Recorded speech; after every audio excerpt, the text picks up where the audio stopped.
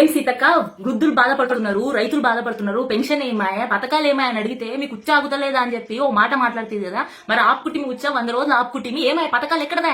మీరు ఏమంతన్నా చెప్పే కదా కేసీఆర్ బిచ్చం వేస్తుండ్రు. రైతు బంధు కింద 10,000 నేను వస్తా, రైతు భరోసా కింద 15,000 ఇస్తా, అసలు రైతులకు ఇస్తా, కౌలు రైతులకు ఇస్తా, రైతు కూలీలకు కూడా 12,000 ఇస్తా అని మాట్లాడినోడు ఎక్కడదా?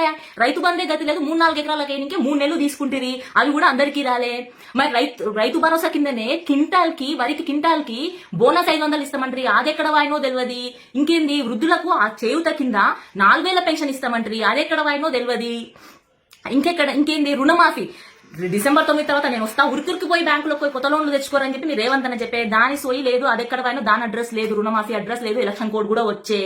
ఇంకేంది మహిళకు 2,500 నెలకి ఇస్తా, అత్తలకు పోతుంది, మరి కోడళ్ళకి ఎట్లా అని చెప్పి 2,500 కోడళ్ళకి ఇస్తా అంటే ఎక్కడ వాయే, అది లేదు.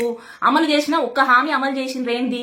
ఉచిత బస్సు. దాని నుంచి బస్సులు లేక ఆడోళ్ళు కొట్లాడుకుంటున్నారు, అక్కడ మోళ్లకు సీట్లు దొరుకుతలేవు, బస్సులు లేక ప్రయాణికులు ఇబ్బంది పడుతున్నారు. మీ చక్కగా అమలు చేయనందుకు పాపం ఆటో డ్రైవర్ అన్నలు ఆత్మహత్య చేసుకుంటున్నారు.